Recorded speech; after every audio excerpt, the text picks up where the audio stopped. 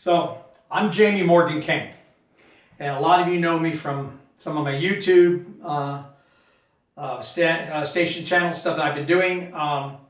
So I thought I'd give an exhibit here about one of my projects I did while I was in prison. I did this helmet. And this helmet was actually based on this article in the National Geographic that was done in November of 2011. And I didn't get this until the spring of 2012, but I was so amazed at it. And it's the Staffordshire Hoard is what it was called. And they went and they showed pieces that they had recovered. But the only parts of the helmet they actually recovered was the right cheek piece. They recovered the crest cover that holds the horsehair on and the horse head in the front. And that was all they recovered of this particular helmet.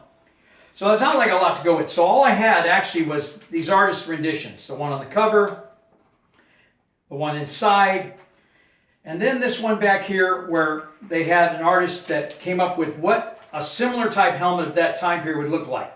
And based on this particular drawing, I decided to make this helmet. Now, we were on lockdown because of a riot in prison. And I happened to be at dual vocational institution, which was known as Gladiator School. And because of that, I thought this was kind of an appropriate thing to do. Now, they weren't going to let me make it out of metal, but I was able to do it all of wood. So it's all carved wood, with the exception of the real horsehair that I had to purchase to make the crest. Now, to figure out how this helmet had to be made, what I ended up doing was I noticed that they had in here, found this piece right here. And this actually said how big it was, which was 1.6 inches. So by using that 1.6 inch idea there, and the pieces right here, I was able to measure out on how big the cheek piece was. And by doing the cheek piece, I could then extrapolate the rest of the helmet. Now the hardest part, of course, was doing the carvings, because I had to make the patterns. And all I had was the drawings to go by. So these are the actual patterns that I had done for the helmet.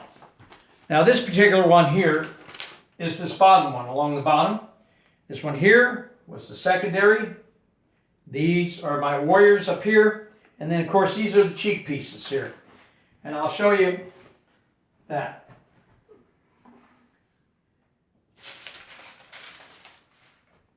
And that was most difficult because there was 4 levels of that. And then of course the other piece is the piece that goes right down the front there.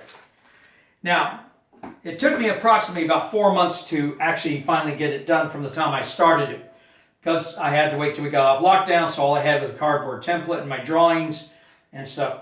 But then, before I was able to finally get a photograph taken at the prison of the helmet.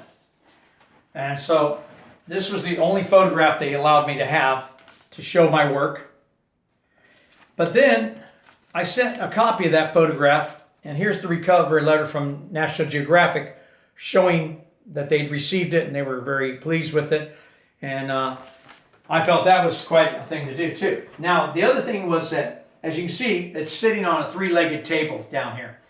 And that's because I was born on the Isle of Man, as is my buckle with 3 legs. And I thought that was kind of a unique table to make also. So I made that and sent that home in a flat pack, basically. Now, even though I have no Anglo-Saxon blood, this is an Anglo-Saxon styled helmet. I built this for me to wear because I am, at the time period that this was done, the same size as the people of that time period. So, to give you an example of what it would look like on a person.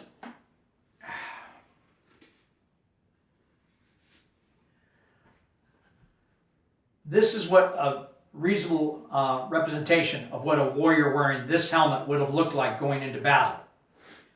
Now, the person who would have had this ornamented type of helmet would not have been an average warrior. He would have been somebody who had status, whether it be a chieftain or a champion or somebody who commanded other men.